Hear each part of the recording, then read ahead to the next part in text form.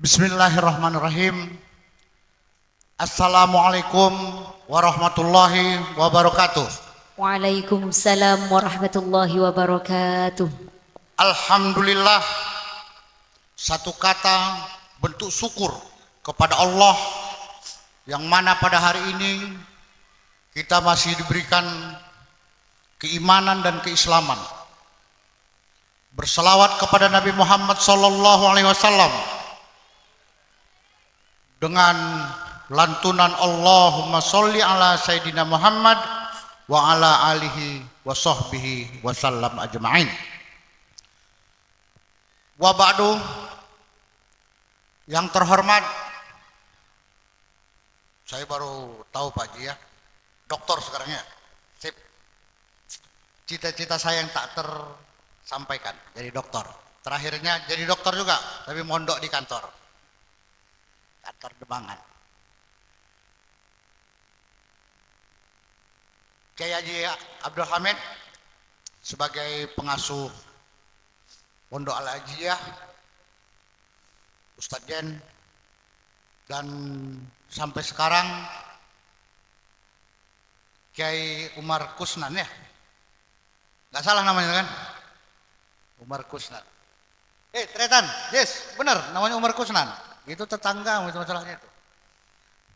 Ya, Kiai Haji Umar Kusnan tapi belum hadir di tengah-tengah kita. Insya Allah paling setengah jam lagi sampai paling ya.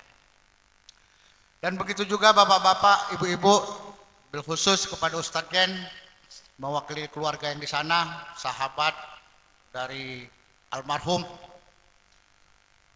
Saya ucapkan terima kasih bisa hadir di sini dan mudah-mudahan Ustadz cepat sembuh. Ustadz betul-betul sembuh.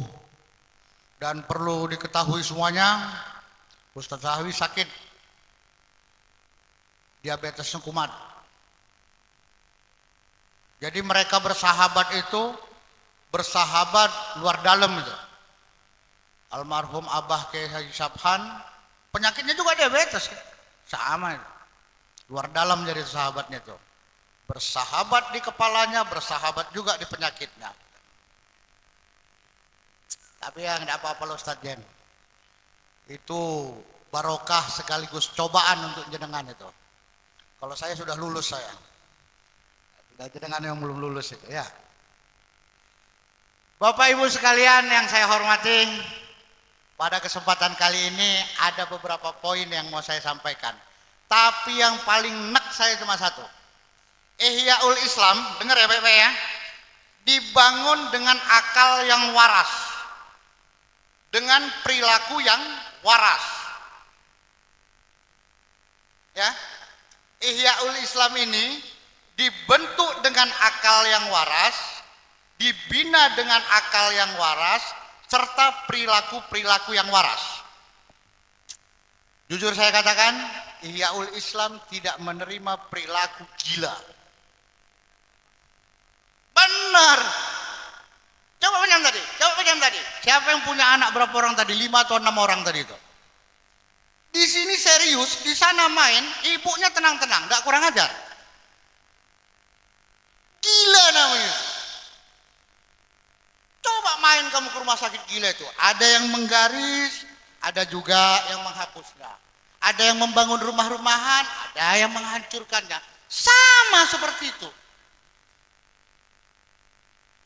Satu anak dari orang yang satu naik ke panggung dengan cara yang serius. Satu anak dengan bermain-main di sini untuk mengganggu. Syukur bundamu yang membina anak-anakmu di musola sana. Kalau aku selesai.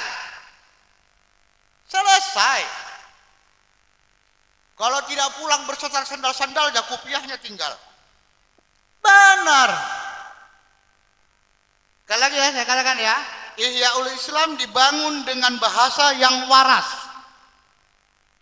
Baik itu bahasa dulu, sekarang, dan akan datang.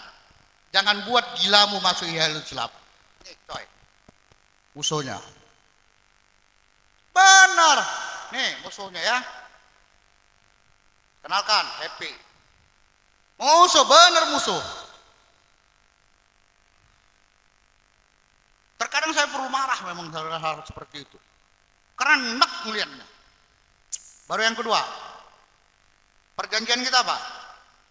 Berangkat bareng, pulang bareng. Doakan aja yang pulang-pulang itu nggak bisa tidur, banyak kutu di rumahnya. Udah ada kan yang pulang kan? Dengan alasan apapun, dia pulang duluan meninggalkan majelis ini.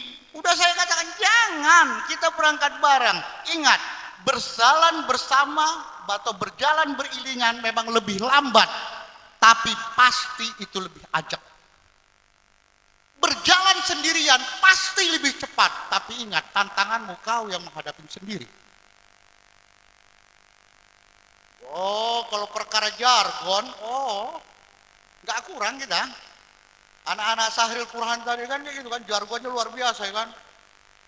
Apa namanya? Menggenggam dunia, oke? Menggenggam dunia dengan Al-Quran, alah jargon. Kan gitu. Saya juga ngomong kayak gitu. Kalau perkara jargon, monggo kita jargon. Tapi perlu diingat, benar-benar jargon itu masuk ke dalam hati dan otak kita. Kalau kita bersama, yuk bersama. Jangan punya dalih lah. Anakku aku ngantuk, besok kayak gini, besok kayak gitu. Nggak usah. Saya udah 2 malam ini nggak tidur. Sepicing nggak tidur, kuat. Mau dalih apa? Kamu makan nasi, aku makan nasi. Kamu kumpul keluarga, aku juga bisa. Nah, terus apa bedanya? Kan gitu. Terus mau pakai alasan apa? Anakku kecil. Itu lebih kecil masih tinggal di sini. Gitu. Anak itu kecil kali masih tinggal di sini. Sampaikan salam saya kepada orang-orang yang pulang duluan. Kalau kamu tetangganya, Mas Happy paling nggak suka dengan gaya-gaya seperti itu. Satu alasannya, Ihyaul Islam bukan mau dibangun dengan cara yang gila. Oke? Benar ya? Benar ya? Ini satu ya. Ihyaul Islam tidak dibangun dengan cara-cara yang gila. Kalau gila dalam tanda petik, monggo, tidak masalah. Hajar kegilaanmu dalam bentuk yang dalam tanda petik. Hajar, tidak masalah. Umpama, paling gampang umpamanya. Kalau anak yang lain belajar Al-Quran hanya cukup 6 jam, anakmu kasih 15 jam belajar Al-Quran. Gila banget, silahkan. Kalau anak yang lain hanya durasi waktunya 2 jam, anakmu buat 6 jam gitu dengan sebuah kegilaan yang luar biasa. Monggo. Tapi gila dalam tanda petik. Tapi kalau gila merusak, sapurana tretan. Sapurana. Saya masih kuat untuk menghalangi itu. Ya, jadi saya katakan. Ini satu ya. Ingat ya, benar ya? Benar-benar ingat, yang masih tinggal di sini, ingat, adik-adik juga ingat ya. Adik-adik ingat. Wah, ini. Ingat ya, Ihyaul Islam tidak dibangun dengan sebuah kegilaan ya, dengan kewarasan. Baru yang kedua. Ini simpel aja nih, simpel. Mulai malam ini saya katakan, kostum ataupun pakaian yang mau dipakai akan datang polos. Benar. Saya paling nggak suka kayak gitu. At-Thalib itu, penuntut ilmu itu identik dengan kesederhanaan. Ini tidak. Allahu Akbar. Sedikit. Assalam. Kamu bukan mau jadi artis, ada. Hidup kamu itu mau dibuat jadi at-thalib, penuntut ilmu. Ini adalah pula miku-ikunya segini di belakangnya, enggak gilanya gue pikirin.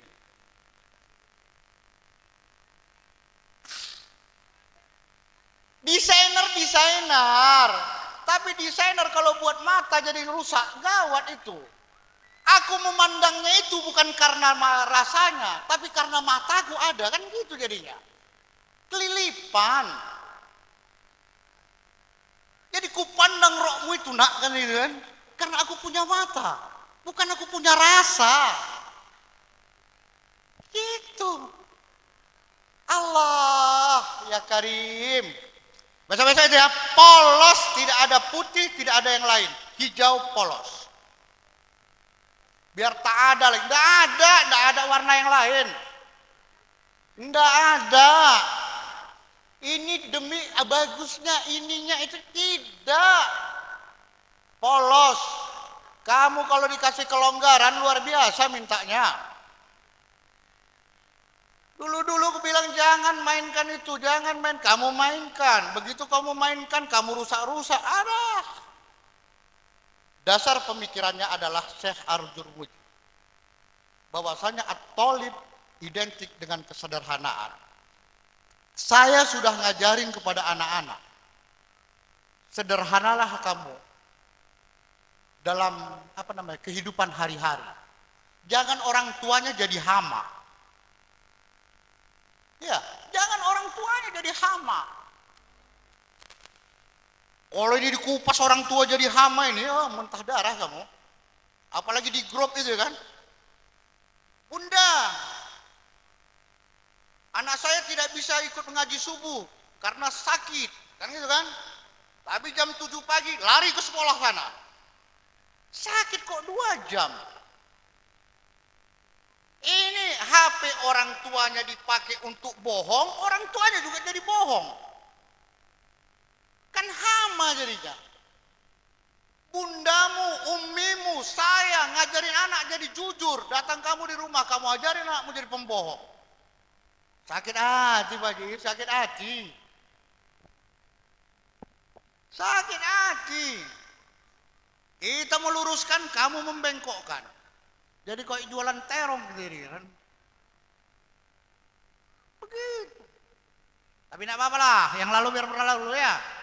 Aku mau puas-puaskan dulu ngomong sama kamu ini, biar tahu kamu. 1 tahun kita nggak pernah ngomong. Karena 1 tahun ini tadi pernah ada rapat wali, santri ya. Nah, paling nggak kesempatan kali ini, mumpung kiainya belum datang. Kita hajar kau, ulek kau. Bapak Ibu sekalian, yang saya hormati, kenapa saya sangat kepingin seperti itu? Ya, kenapa saya sangat kepingin seperti itu? Permasalahannya adalah kamu juga yang buka sendiri panitia. Kamu ngomong berjargon dengan Al-Quran kita genggam dunia. Ayo, monggo. Ayo, monggo. Monggo. Kita genggam dunia dengan Al-Quran. Oke, monggo. Asal sanggup-sanggupan. Nggak usahlah kamu baca biografi Panglima Sudirman, Sultan Syahrir. Kamu lihat mukaku, berubah pikiran kamu untuk menggenggam dunia. Secapek inikah cari duit? Secapek inikah membuat kader di desa? Secapek inikah? Kan gitu jadinya. Sanggup nggak? Nggak usah buka biografi Panglima Sudirman dengan gaya bergerilya dari hutan keluar, hutan, gitu kan? Untuk berperang di tahun 48 sebelum 45 mereka. Nggak usah kamu buka itu. Cuma cukup sederhana aja. Kau tengok muka aku, sanggup nggak kau? Jadi pegawai ngeri. Lo pegawai ngeri berangkat habis maghrib, pulang jam 9 pagi. Sudah berjalan 6 tahun ya. Sanggup nggak? Mendedikasikan diri kita supaya berguna untuk desa ini dengan cara seperti itu. Nggak usah kayak Panglima Sudirman lah, dari hutan keluar hutan, dari hutan keluar hutan untuk bergerilya untuk mempertahankan negara ini. Bagaimana kita bekerja untuk mengikhlaskan hasil pekerjaan kita, sebagian dari itu untuk kepentingan anak-anak kita. Bekerja mulai dari jam 7 malam, pulang jam 9 pagi. Kalau pegawai ngeri, jam 8, pegawai negeri, jam 8 jam selesai. Pulang. Jam 7 ke jam 9. 12 jam tambah 2. 14 jam bekerja. Ngeri. Itulah baru namanya pegawai ngeri kan. Jadi kalau kamu mau melihat bagaimana kita untuk berkarya kepada anak-anak kita, bagaimana kita membuat anak-anak kita supaya lebih cerdas daripada kita, dedikasikan dirimu ke sana. Itu saja kuncinya. Nggak susah-susah. Oke? Bisa ya? Bisa, harus bisa. Bapak Ibu sekalian, kenapa saya ungkit ini? Ya, kenapa saya ungkit ini? Kalau kepanitiaan, saya tahu sendiri cara-cara mereka bekerja. Ada namanya partisipasi dari bawah untuk naik ke atas. Itu namanya sistem manajemen bottom up, bukan top down planning. Lawan dari top down planning adalah bottom up. Oke, sampai di sini kita selesai. Begitu juga untuk mendidik anak. Ada partisipasi di dalamnya. Jangan sampai kau serahkan anakmu, kau serahkan pada bundanya, kau rokokan di rumah. Hasilmu bagus. Kenapa dia mau pupuk? Kau jis. Aduh. Gawat aku dengan Ajis ini. Takut tersaingin kiainya, dimatikannya. Aduh, Jis. Aduh, janganlah Jis. Tak bisa aku kesaingin Kiai Kusnanmu itu. Pasti lebih bagus dia dari aku itu, Jis. Ahai. Kayak gitu. Kalau Kiai Kusnan itu, Jis, yakinlah kau. Baik kata Iwan Fals, manusia setengah dewa. Kalau aku cuma satu, manusia setengah gigi, Jis. Setengahnya ompong semua masalahnya. Oke, Jis ya, kita lanjut, Jis ya. Sampai di mana tadi kita ini?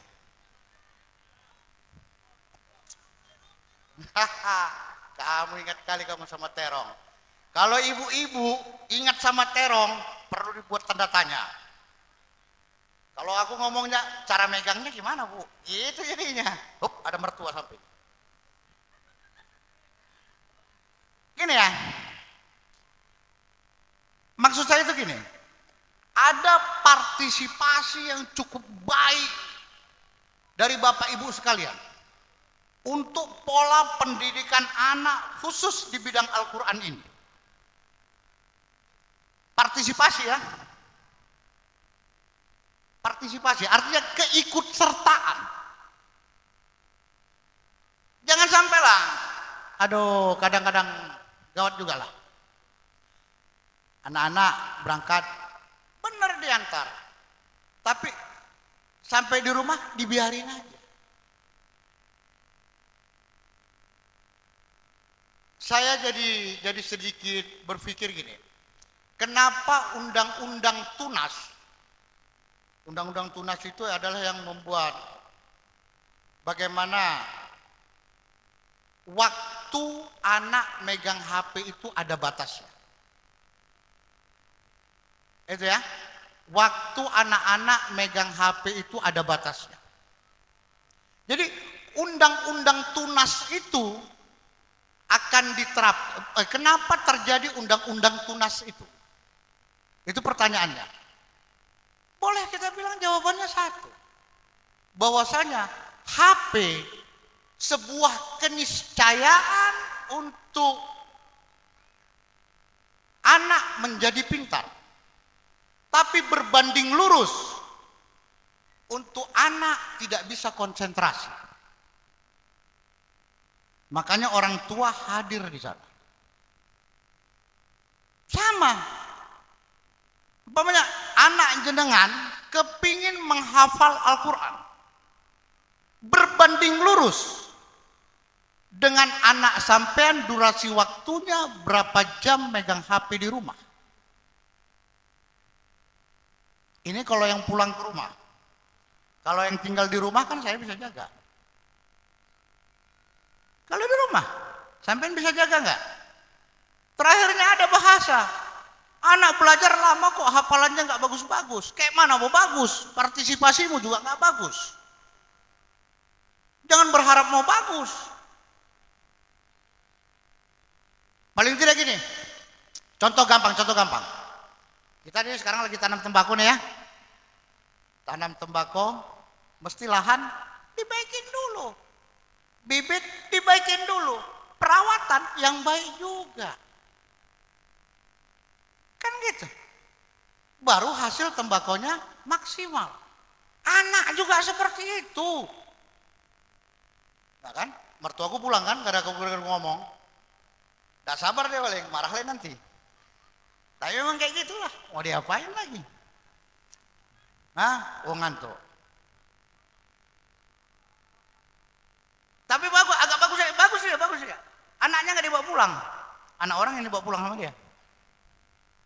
Tapi nggak apa-apa lah. Kita maklumin, Umi sudah tua ya. Umi sudah tua, udah sepuh, ngantuk. Kalau kita yang muda-muda kelakuannya kayak gitu, gawat lah kita. Bapak Ibu sekalian, dengan harapan ke depan dari titik nol sekarang, ini harapan ya, dengan harapan ke depan dari titik nol sekarang, monggo kita bangun cara berpikir kita untuk mendidik anak agar kita jadi orang desa, ndak endeso banget. Ini siapa yang saya ajak mikir sedikit aja. Kenapa di kota Traksan sudah ada saya lihat. Ada Ganesha, ada apa satu lagi itu yang warna pink itu ya? Ada Ganesha itu apa satu lagi? Lembaga kursus. Dan itu maju. Sekarang permasalahannya, kenapa lembaga kursus itu ada dan maju?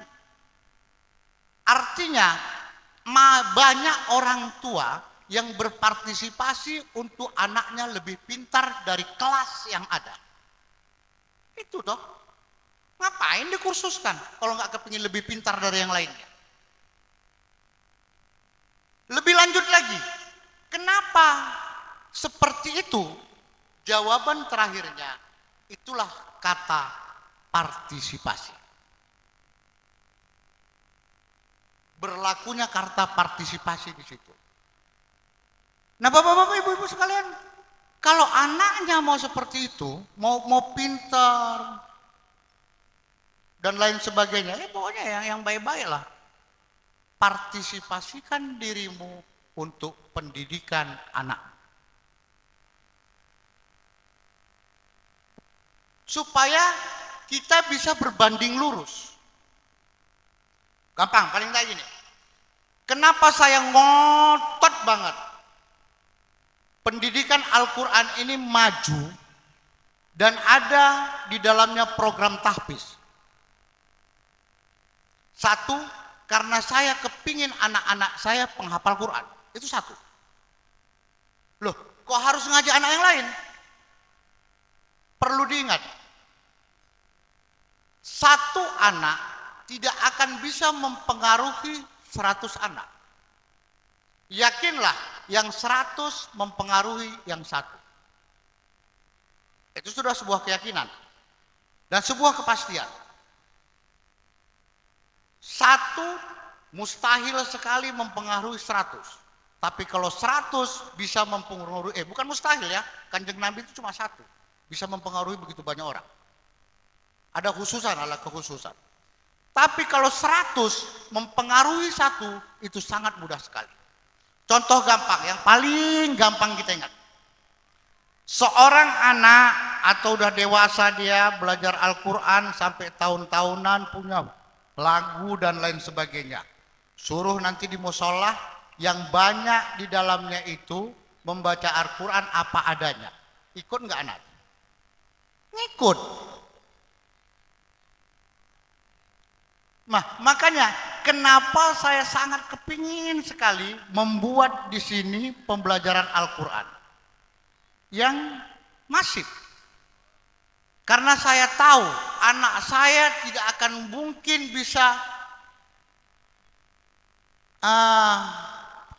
mungkin bisa untuk mempertahankan hafalannya kalau lingkungannya tidak banyak penghafal Quran.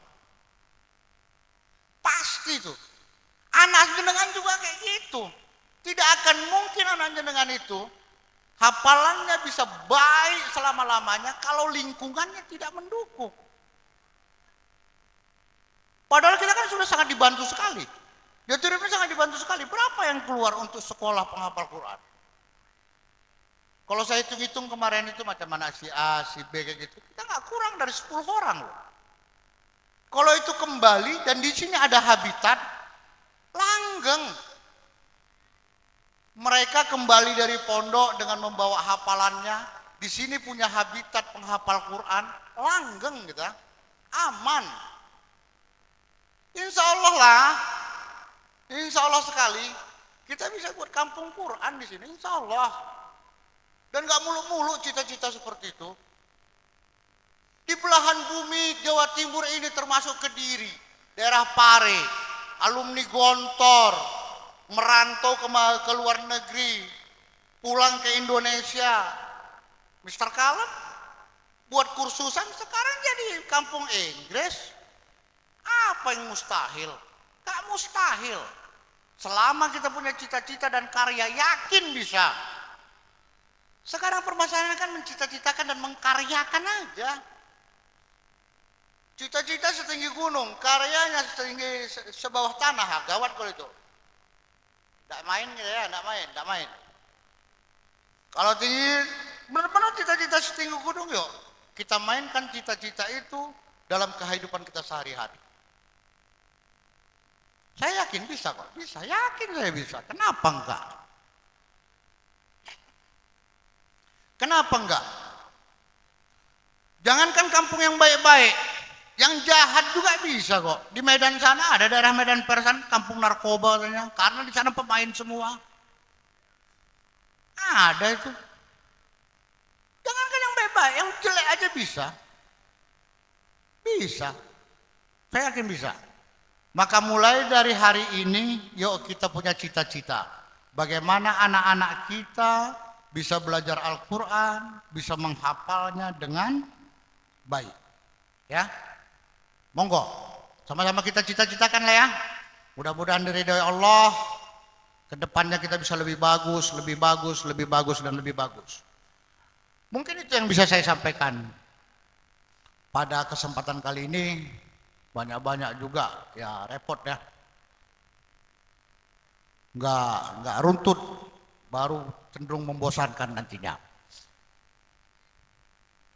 Dan terakhir, saya mengucapkan terima kasih banget kepada seluruh panitia yang ada berjibaku untuk menyukseskan acara ini. Terima kasih banget kepada ibu-ibu, bapak-bapak yang turut serta membantu acara ini biar sukses. Saya ucapkan terima kasih selalu. Terima kasih banget. Ihyaul Islam mengucapkan terima kasih yang sebanyak-banyaknya. Hanya Allah yang bisa untuk membalasnya. Dan mudah-mudahan itu menjadi amal jariah dengan semua, amal jariah kita semua, dan diterima oleh Allah Subhanahu wa taala. Billahi taufiq wal hidayah. Wassalamualaikum warahmatullahi wabarakatuh. Waalaikumsalam.